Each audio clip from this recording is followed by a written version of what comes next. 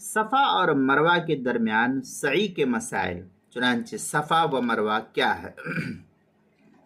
چنانچہ صفا اور مروہ مکہ معظمہ کی دو پہاڑیاں ہیں جو اس وقت بالکل مسجد حرام سے مل چکی، اس وقت بالکل مسجد حرام کے متصل کہہ لیجئے یا یوں کہہ لیجئے کہ مل چکے ہیں، چونکہ توسیع کا کام ہوتا ہوتا اس قدر ہو گیا کہ اب یہ دونوں پہاڑ اور مکہ کے درمیان کوئی بہت زیادہ فاصلہ باقی نہیں رہ پایا ہے۔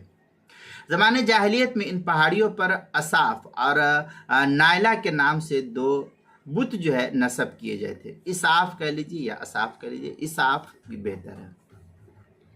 مشرکین عرب ان کی عبادت کیا کرتے تھے، اسی بنا پر اسلام لانے کے بعد ان لوگوں کو صفا مروہ پر جانے سے انقباض، ایک طریقے کا دل کے اندر تقدر پیدا ہو گیا کہہ لیجیے۔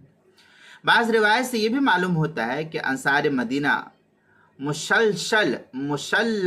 مشلل نامی جگہ پر نصب ایک بت تھا ان کا، جس کو منات کہا جاتا تھا۔ منات نامی بت کی جو ہے وہ پوجا کیا کرتے تھے اور وہ صفا مروہ کے سعی کو برا سمجھتے تھے۔ تو ان دونوں خود ساختہ خیالات کی تردید کرتے ہوئے قرآن مقدس نے اس طریقے سے فرمایا، ان الصفا والمروۃ من شعائر اللہ فمن حج البیت او اعتمر فلا جناح علیہ ان یطوف بہما ومن تطوع خیرا فان اللہ شاکر علیم۔ سورۃ البقرہ پارہ نمبر 2 آیت نمبر 158۔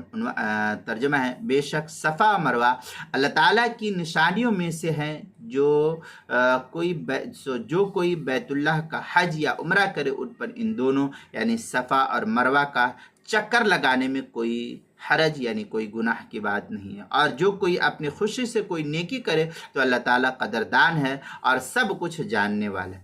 اب اس آیت سے بالکل واضح ہو گیا کہ صفا مروہ یہ شعائر اسلام میں داخل ہے، ان کے مابین صحیح کرنا بلا تردد مناسک حج و عمرہ میں شمول ہوتا ہے، لہذا جاہلیت کے فرسودہ باتوں سے ان جگہوں کی حیثیت میں کوئی تبدیلی نہیں ہو سکتی۔ مصطفیٰ البحر العمیق جلد نمبر 3 صفحہ نمبر 1269، احکام القرآن للجساس الرازی صفحہ جلد نمبر 1 صفحہ نمبر 95-96، روح المعانی جلد نمبر 2 صفحہ نمبر 37، تفسیر قرطبی جلد نمبر 1 صفحہ نمبر 178 پر اس کو نقل کیا ہے۔